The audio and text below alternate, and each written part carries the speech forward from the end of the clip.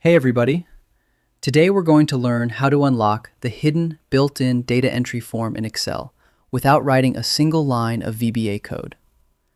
This tool creates a clean, pop-up modal box that lets you input records, search through existing data, and delete entries without navigating a massive, confusing grid. First, you need to add the Form tool to your workspace, as Microsoft keeps it completely hidden from the standard ribbon layout by default.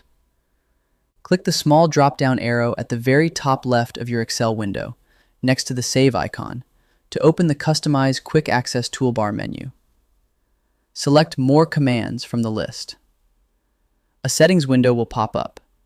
Under the Choose Commands from drop-down menu, switch it from Popular Commands to Commands Not in the Ribbon. Scroll down through the alphabetical list until you find Form.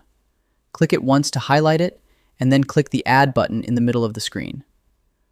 Click OK at the bottom to save your changes, and you will see a small, blank rectangle icon appear at the top left of your Excel toolbar. Next, set up your data table by typing your text column headers, like ID, name, department, and date, into a single horizontal row on your spreadsheet. Click and drag your mouse to highlight those headers, then press Ctrl+T and click OK to convert them into an official Excel table. Keep a single cell inside your new table highlighted, and then click the hidden form icon you just added to your Quick Access toolbar. A dedicated data entry window will instantly pop up on your screen, automatically using your table headers as your input fields. Type your data into the blank slots, using the Tab key on your keyboard to bounce smoothly down from field to field.